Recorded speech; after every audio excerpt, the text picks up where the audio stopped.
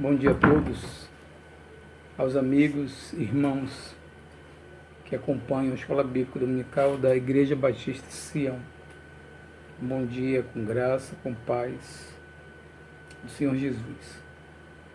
Queridos, nós vamos hoje dando sequência ao que estamos estudando, o livro de Êxodo.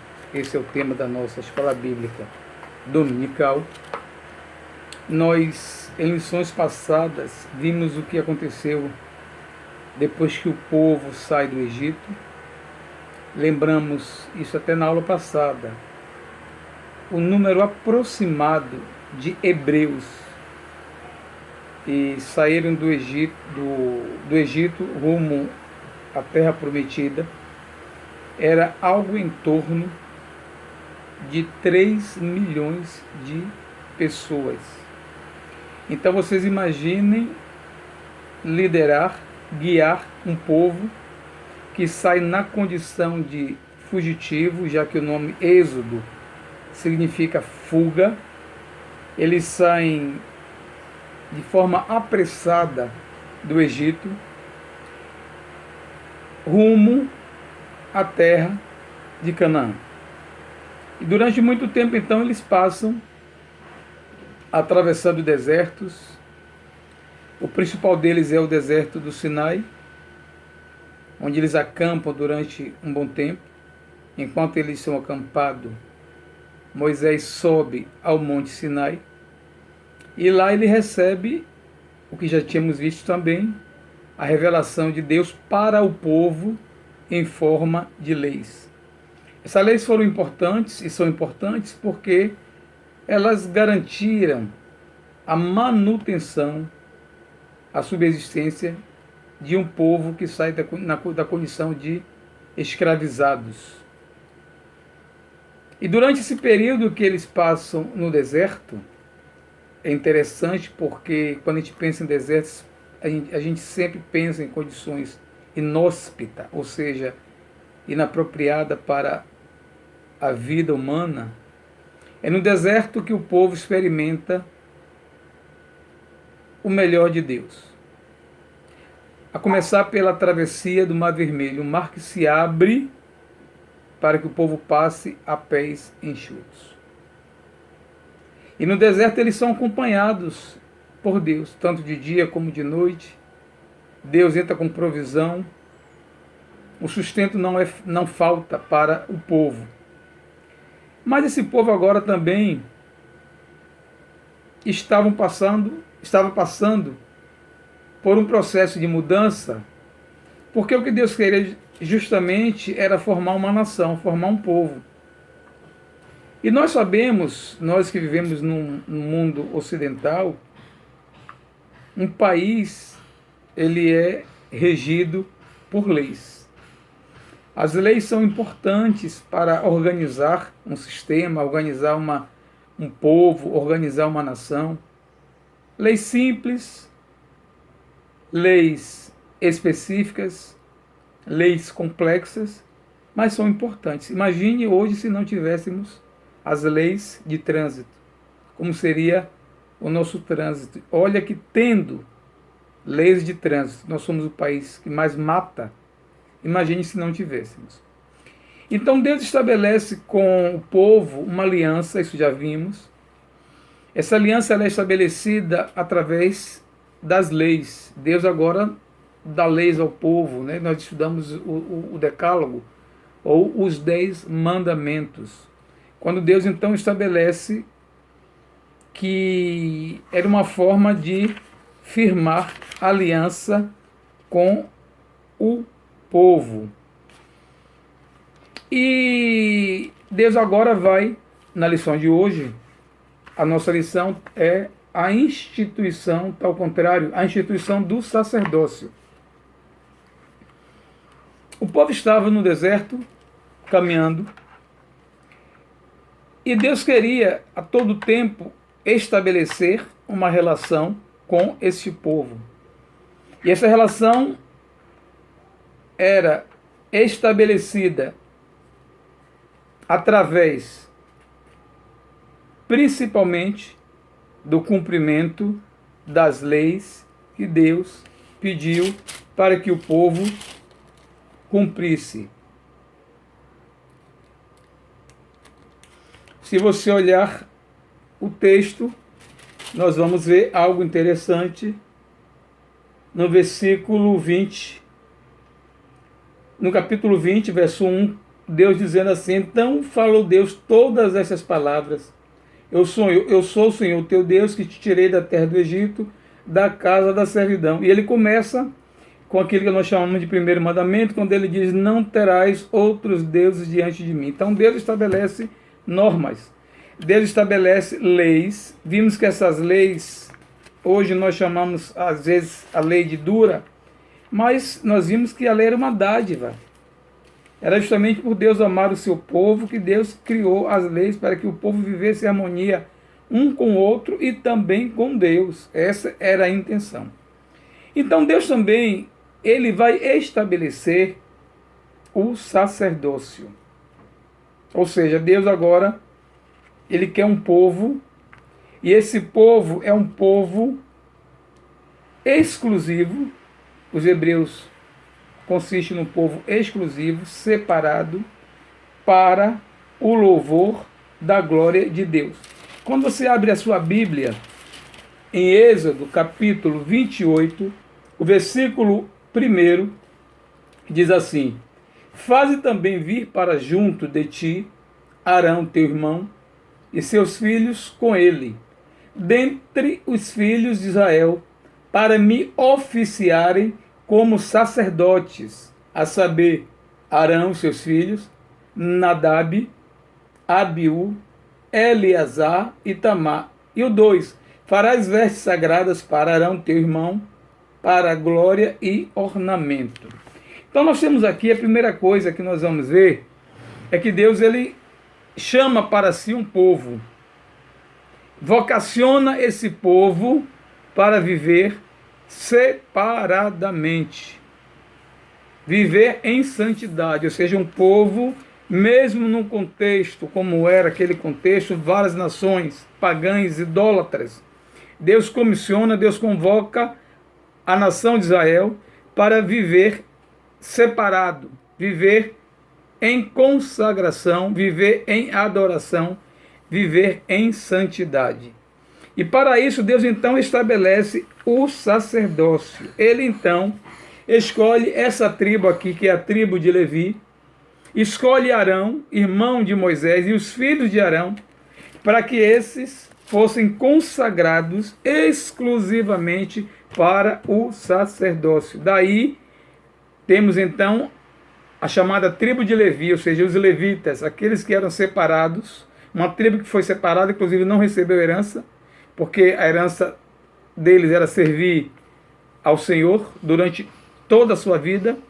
Então essa tribo de Levi vai dar origem aos sacerdotes. E os sacerdotes então têm uma grande importância dentro do culto, não digo religião, mas dentro do culto que os hebreus ofereciam a Deus.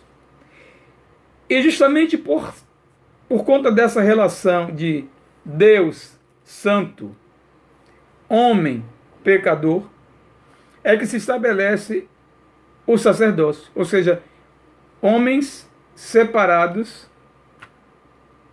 consagrados para o serviço do Senhor. E esse sacerdócio, embora especificamente seja para a tribo dos levitas, ele é um sacerdócio que se estabelece para toda a nação de Israel. Todo hebreu, todo homem, toda mulher, todos foram convocados para uma vida de santidade, uma vida de retidão junto ao Senhor. Mas quando nós pensamos no sacerdote hoje, quem seria o sacerdote? Qual a função do sacerdote? Algumas pessoas chamam, inclusive já ouvi chamarem o pastor de sacerdote. Seria o pastor um sacerdote? O padre também é chamado de sacerdote. Até nas religiões, hoje chamadas religiões, né, chamada de matriz, a religião de matriz africana, tem a figura do sacerdote. Mas o que é o sacerdote? Quem era o sacerdote? O sacerdote justamente era um homem, como nós vimos, específico, escolhido por Deus, chamado por Deus, vocacionado por Deus, separado por Deus para ministrar culto a Deus. Mas ele tinha uma função. Ele tinha funções, e para o exercício dessas funções era preciso também de qualificações, homens qualificados. Isso é interessante porque hoje, né, já adiantando, surgiu de um tempo para cá no cenário da música, do louvor no Brasil, não sei se no mundo, a utilização e a expressão de levitas, né? As pessoas envolvidas com música na igreja, em algumas igrejas, até na nossa denominação, eles são chamados de levitas. E eu acho interessante porque quem estuda sabe o que é que um levita fazia. O levita não tinha um trabalho apenas de ficar no templo, cantando, adorando, louvando, não. Tinha muitas outras coisas que eram de competência dos levitas. E hoje é interessante porque a gente pensa em levita, aquele que canta, só que canta não. Levita é quem trabalha na obra do Senhor, levita é quem trabalha na causa do Senhor. Eu digo sempre que levita não é só quem canta. Levita não é quem toca o piano, mas quem carrega também o piano. E como hoje nós estamos precisando de crentes que carreguem o piano. Para tocar, a gente até encontra, mas crentes que carreguem o piano. Mas voltando então para as qualificações do sacerdote, nós vamos ver algumas com base na nossa lição. A primeira que nós encontramos está lá no livro de Êxodo, capítulo 40, versículos de 12 a 15, eu vou ler. Diz assim: farás também chegarão os seus filhos à porta da tenda da congregação e os lavarás com água. Vestirás Arão das vestes sagradas e os ungirás e o consagrarás para que me oficie como sacerdote. Também farás chegar seus filhos e lhe vestirás as túnicas e os ungirás como ungiste seu pai, para que me oficiem como sacerdotes. Sua função lhe será por sacerdócio perpétuo durante as suas gerações. E tudo fez Moisés segundo o Senhor que lhe havia ordenado, assim o fez. A primeira coisa que nós destacamos nesta lição é que o sacerdote, ele era qualificado porque ele era comissionado, ele era vocacionado. Não era ele que se apresentava, mas Deus que escolheu. É aquilo que nós dizemos, né? Aquela palavra que já é, na verdade, um clichê, quando nós dizemos assim, é Deus quem capacita os escolhidos. Ele não escolhe os capacitados. Já ouviram? Mas ele capacita os escolhidos. Então Deus escolheu, nessa tribo de Levi, esses homens e os capacita, os qualifica para o exercício desse ministério. Não é qualquer pessoa. São pessoas vocacionadas, assim como hoje. Outro parênteses também, estamos vendo hoje um contexto onde as pessoas se auto-intitulam pastores. Não satisfeitos, nem pastores são, vão direto para bispos, apóstolos e outros que eu não quero nem mencionar aqui. Caindo muitas vezes num erro grotesco, que é uma falta de exame, de análise das escrituras e do que significa cada função dessa. Pessoas muitas vezes sem preparo. Mulheres, não quero entrar também no mérito da questão, muitas mulheres hoje pastoras, nada contra, mas eu fico pensando que às vezes a mulher pastora, mas não teve um preparo, não passou por uma escola de profetas, não passou por um seminário, mas ela é mulher do pastor. e ela é pastora. Então é um contexto hoje, né, que estamos vivendo, onde as pessoas estão muitas vezes interpretando mal as Escrituras. Então o sacerdote não era uma pessoa que dizia eu quero ser sacerdote. Era alguém que, chamado por Deus, vocacionado por Deus, escolhido por Deus, e tinha que apresentar algumas qualificações. Um outro exemplo também, a segunda qualificação, nós encontramos em Deuteronômio. Você vai ficar com a sua Bíblia aberta no Pentateuco hoje, basicamente, né? Deuteronômio, capítulo 33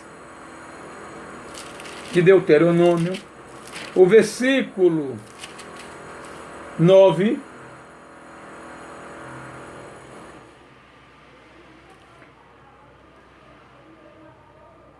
Versículo Deuteronômio 33, o versículo 9, diz assim: aquele que disse a seu pai e a sua mãe, nunca os vi, e não conheceu a seus irmãos, e não estimou a seus filhos, pois guardou a tua palavra e observou a tua aliança.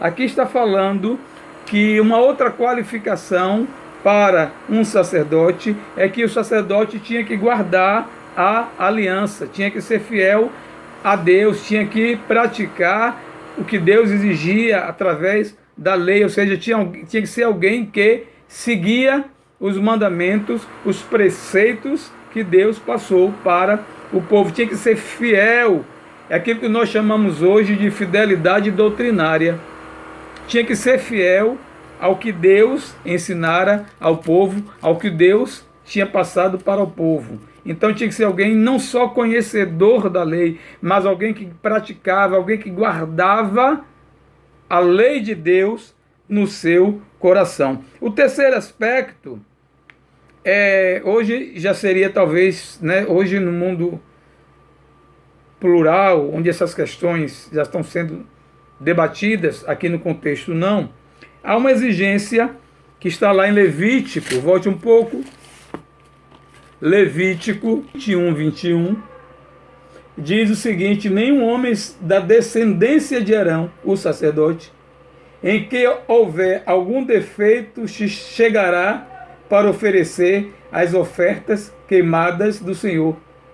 Ele tem defeito, não se chegará para oferecer o pão do seu Deus. Veja, irmãos, o contexto do Antigo Testamento, que exigia não só uma integridade física, uma integridade moral, uma integridade espiritual, mas também exigia uma integridade física. O sacerdote não podia ter defeito físico. Imagine hoje se essa exigência fosse praticada. Pastor com defeito não poderia exercer o ministério pastoral. Então vejam a diferença, né, entre aquele período e o período que nós estamos vivendo hoje. Há uma quarta exigência, está lá em Deuteronômio, capítulo 18, Deuteronômio 18, versículo de número 5. Diz assim: porque o Senhor teu Deus o escolheu entre todas as tuas tribos para ministrar em o nome do Senhor, ele e seus filhos todos os dias. O sacerdote então tinha a responsabilidade com o ofício do culto, que envolvia não só a adoração através do louvor, através da oração que era feita em favor do povo, já que o sacerdote ele intercedia pelo povo perante Deus, mas ele também tinha a função e era responsável pelo sacrifício dos animais que eram feitos a princípio na tenda, né, no tabernáculo, e depois no templo. Eles então eram responsáveis. Esses animais eles eram mortos somente em sacrifício substitutivo, ou seja, por conta do pecado do povo, era exigido então que esses animais fossem sacrificados. Se nós temos vários textos que falam que esse sacrifício variava de acordo com a renda. Podia ser uma ovelha, um boi, uma ovelha, poderia ser uma pomba, a depender das condições financeiras de cada pessoa que estava ali oferecendo o culto, para que os seus pecados fossem perdoados. Então, o sacerdote tinha essa qualificação. Ele era qualificado para, por ter uma vida santa, ele era qualificado para ministrar no templo, e ele também apresentava os sacrifícios a Deus. Os sacerdotes também, né, estamos falando de qualificação, mas já falamos um pouco também das suas funções. Mas agora nós vamos falar, eu adiantei, nós vamos tentar falar pausadamente, né, quais eram essas funções. E é bom porque isso vem para nós hoje, de forma clara, para a gente entender o que era um sacerdote, o que não era um sacerdote, o que o sacerdote devia fazer, e ver a diferença hoje, né? Muitas pessoas ainda hoje têm dúvida. Então nós vamos ver algumas funções do sacerdote. A primeira, como nós falamos também, é executar os rituais da expiação pelo pecado do povo mediante o sacrifício dos animais no altar. O povo pecava, ia ao sacerdote, contava ao sacerdote o seu pecado, e o sacerdote dizia como ele deveria proceder. E ele tinha então que fazer um sacrifício a Deus. Naquele contexto, isso era uma prática muito comum. E se você observar ainda hoje, a outra igreja, ela tem uma prática parecida, onde o líder, né, tem essa função, ele senta no lugar secreto ali, ele ouve a confissão da pessoa e ele determina então a chamada penitência, o que a pessoa deve fazer para ter o seu pecado perdoado. Às vezes é rezar um terço, rezar um Pai Nosso, não sei quantos, chamado Ave Maria, etc. Eu estava vendo essa semana novamente um texto, assistindo o filme, né, sobre os Borgias, que é a história do Papa Alexandre VI, que o nome dele na verdade era Rodrigo Borgia, num período um pouquinho anterior à Reforma Protestante, final do século XV para início do século XVI, quando as indulgências são mais uma vez reforçadas, né? E ele precisava de dinheiro para fazer guerra contra os mouros, que eram muçulmanos, e também para a construção da catedral lá de São Pedro. E ele então reforça novamente, a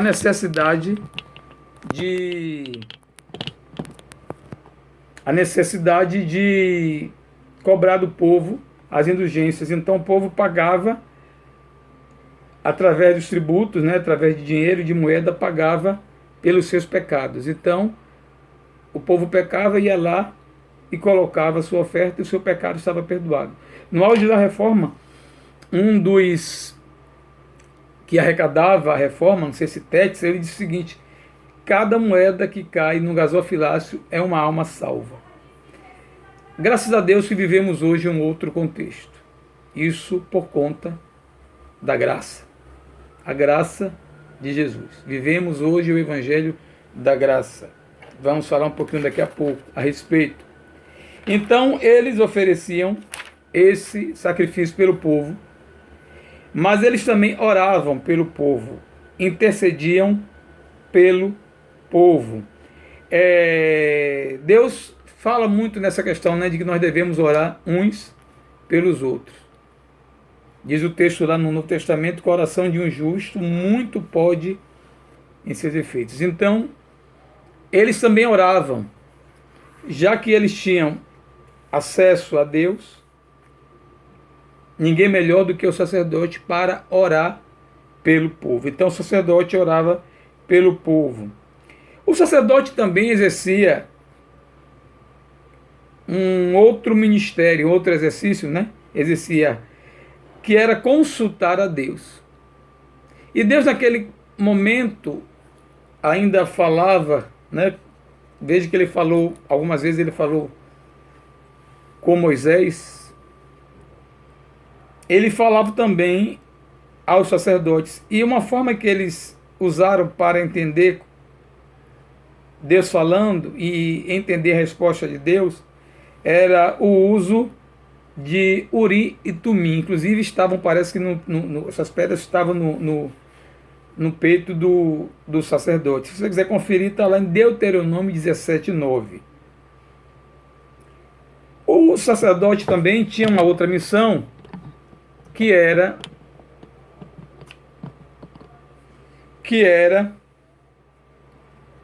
ensinar a lei, primando para que delas não se desviasse nem os reis nem o povo, como proclama o profeta Malaquias. Olha o que Malaquias diz: os lábios do sacerdote devem guardar o conhecimento, e da sua boca os homens devem procurar a instrução na lei, porque ele é o mensageiro do Senhor dos Exércitos. Aqui Malaquias está reforçando que o sacerdote era um mensageiro do Senhor, e o povo então tinha que ouvir aquilo que saía dos lábios do sacerdote. Então o sacerdote, ele era responsável não só por ensinar a lei, mas ele era também responsável, né, em cuidar para que a lei fosse cumprida. Você vai ver isso claramente, né, no Novo Testamento, quando os escribas cumprem esse papel, né, os fariseus viraram, na verdade, fiscais da lei. Muitas vezes nem cumpriam a lei, na maioria das vezes o próprio Jesus os chamou de hipócritas, sepulcro caiado e outros adjetivos. Então são essas as funções, né, dos sacerdotes naquele contexto. Muito importante, porque servia para manter a unidade espiritual do povo, principalmente cuidando para que o povo não se desviasse atrás de falsos deuses e não introduzisse no culto a Israel elementos trazidos de outra cultura. Por exemplo, dos 400 anos que eles passaram no Egito. Vocês veem no capítulo, quando Moisés sobe ao monte e o bezerro é construído. Aquele bezerro é uma réplica do boi Apis, uma divindade adorada no Egito, e que eles lá pegaram gosto. Então o sacerdote tinha uma grande responsabilidade, não era pouca não, porque é um povo que estava solto, naquelas condições que nós já vimos na aula anterior. Agora, também tem uma coisa interessante com relação aos sacerdotes, que são, na verdade, o paramento, né? Ou a roupa que o sacerdote usava. Quando nós lemos a descrição dos sacerdotes, de como Deus tratou dos sacerdotes, nós entendemos e percebemos que havia da parte de Deus um cuidado todo especial para com o sacerdote. A roupa do sacerdote era uma roupa toda especial. Está no livro de Êxodo, vamos ver rapidamente, capítulo 28, Êxodo 28. Nós temos uma descrição detalhada, aí você vai ler em casa. Ele diz assim, a partir do verso 4: as vestes, pois, que farão são estas: um peitoral, uma estola sacerdotal, um sobrepeles, uma túnica bordada, mitra e cinto. Farão vestes sagradas para Arão, teu irmão, e para teus filhos, para me oficiarem como sacerdotes. Tomarão ouro, estofo azul, púrpura, carmesim e linho fino, e farão a estola sacerdotal de ouro, e estofo azul, e púrpura, e carmesim, e linho fino, retorcido, obra esmerada. Quando nós lemos a descrição, né, do que compunha a roupa de um sacerdote, é interessante porque mostra detalhes, né, especificidades, que você pode pensar, para que tudo isso? Interessante. Isso mostra que Deus é um Deus de grandes coisas. Deus é um Deus que faz grandes coisas, fez, faz e fará. Deus é um Deus de grandes coisas.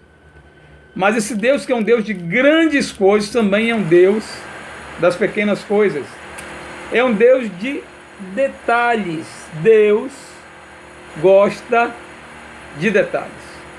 Se você observar a criação, o relato da criação em Gênesis, e esse relato é repetido, você vê detalhe de como Deus criou as coisas. É um Deus que é um Deus da simplicidade, mas também é um Deus majestoso. Um Deus que quer de nós, quer que nós vivamos também de forma simples, mas quer também que prestemos a Ele um culto que só Ele merece. Um culto grandioso, uma adoração a um Deus grande. Então Ele estabelece essa roupa. E essa roupa, toda ela tem um significado. Naquele contexto tinha um significado. E eu fiquei pensando e trazendo para os nossos dias a figura dos sacerdotes. É necessário ainda hoje um sacerdote, ou seja, alguém que nos represente e que nos apresente diante de Deus, principalmente quando nós pecamos. Irmãos, hoje nós vivemos um outro contexto.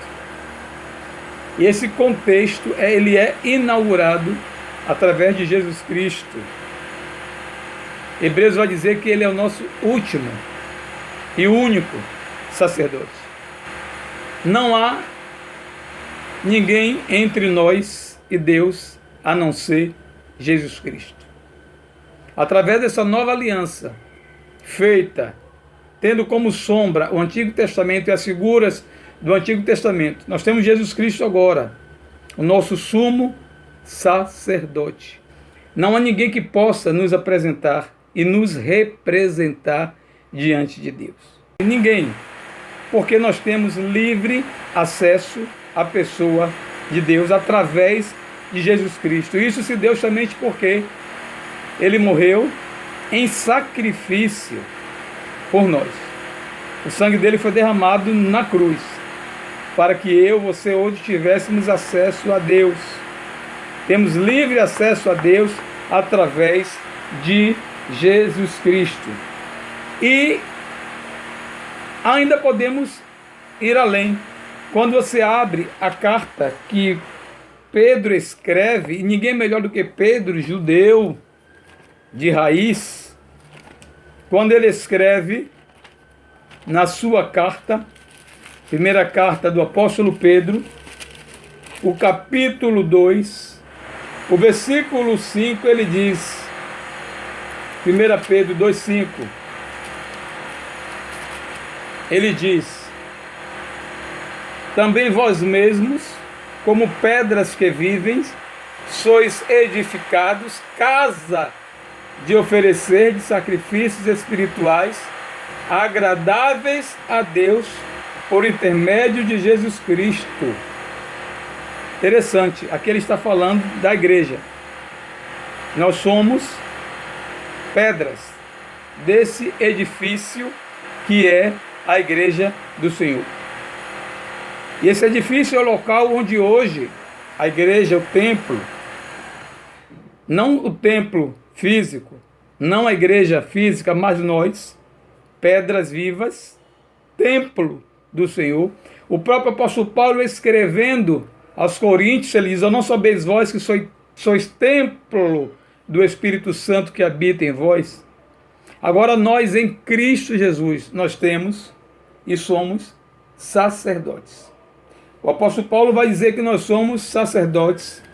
Ele vai dizer que nós somos muitas coisas. Coisas preciosas, irmãos, que você precisa atentar e assumir, tomar para si essa responsabilidade, porque não é pouca coisa não que ele diz a respeito de nós. No versículo 9 ele diz: vós, porém, sois raça eleita. A raça eleita hoje é a igreja do Senhor. Nós somos o povo eleito, o povo comprado, remido pelo sangue de Jesus Cristo. Fomos comprados por Jesus Cristo. Então nós somos uma raça eleita, sacerdócio real. Agora não uma, duas, três pessoas. Todo crente agora, ele é um sacerdote. Todo crente agora tem acesso à presença do Senhor. Todo crente agora pode ministrar diretamente adoração ao Senhor. Somos nação santa, chamados para vivermos em santidade.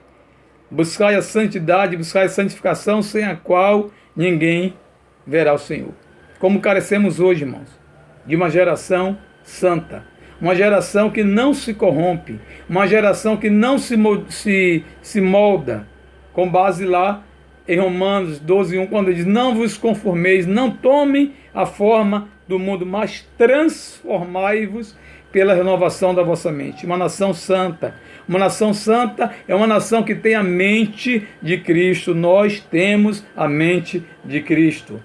Povo de propriedade exclusiva de Deus. Nós somos o povo de Deus. Remidos, comprados no mundo inteiro, como nós cantamos. Deus nos comprou, Deus nos fez seu povo exclusivo. Essa ideia de exclusividade, irmãos, ela é profunda. É mais ou menos como se estivéssemos falando daquilo que nós dizemos que Deus tem zelo. Por ter zelo, ou seja, ele tem um cuidado excessivo com o que é seu. Não sei se você é assim com as suas coisas, com a sua família, com a sua esposa, com o seu esposo, com os seus filhos. Veja como nós temos um cuidado, um zelo. E esse zelo, às vezes essa palavra zelo também é traduzida como ciúme. Não ciúme como nós humanamente falamos, mas Deus tem um ciúme do seu povo, porque Deus quer o seu povo só para si. Deus fez o seu povo para si. Deus não quer o seu povo misturado. Deus quer o seu povo separado. Aquilo que está escrito: estamos no mundo, mas nós não somos do mundo. João vai dizer nas suas cartas, né, que o mundo vai nos odiar. E o mundo nos odeia porque nós não somos do mundo. Somos diferentes. Isso porque somos uma nação santa no meio de um povo corrompido e corrupto. Isso é interessante. Ainda no versículo de número 12, número 9, ele diz, propriedade exclusiva, a fim de proclamardes as virtudes daqueles que vos chamou das trevas para a sua maravilhosa luz. Como sacerdotes hoje, e como sacerdote no passado tinham responsabilidades, nós temos também hoje uma grande responsabilidade. Essa responsabilidade é proclamar o nome do Senhor Jesus a todas as pessoas, a todos os povos, a começar da minha casa, anunciar as virtudes daquele que nos chamou das trevas para a sua maravilhosa luz. Por isso que Jesus disse: nós somos o sal da terra e nós somos a luz do mundo.